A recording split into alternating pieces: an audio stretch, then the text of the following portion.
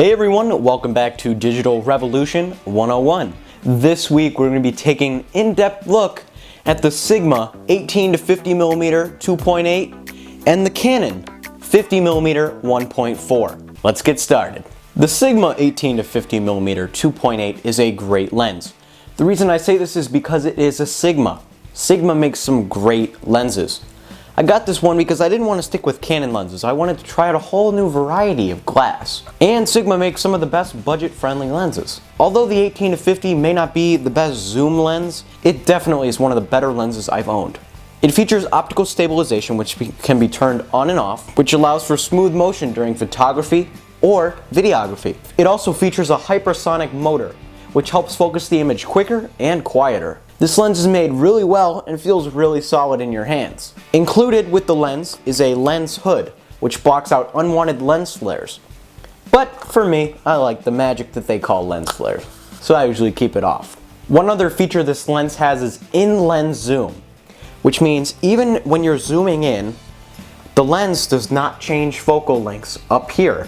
All the zooming is done inside of the lens. Overall, this is a great lens for photography and videography, and the optics really give it that edge. The dials on this lens are very smooth. The focus and zoom rings feel like a dream. I can turn them at the slightest bit and they move so smoothly. Here are some sample images from the Sigma. The depth of field on this thing is also really impressive. Now we're going to take a look at the Canon 50mm f1.4. Now, for a while I had been using the Canon 50mm 1.8, otherwise known as the Plastic Fantastic. This lens was good, but it had its flaws, such as slow focus, a flimsy design, and overall, it just feels like a hunk of plastic. Not so with the 1.4. The lens is really good to hold.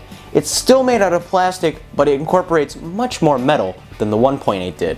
It features an all-metal mount, unlike the plastic mount of the 1.8. Canon really took this lens a step further. The focus is a lot quicker and quieter, and the focus ring is so much more smooth. And overall, the lens feels much more solid when I'm using it. There are some cons about this lens, mostly having to do with the color fringing at large apertures, but that's a minor issue. This lens also has smoother bokeh than the 1.8, and here are some sample images using the Canon 50mm 1.4. Look at that super duper depth of field. I need to go change my pants.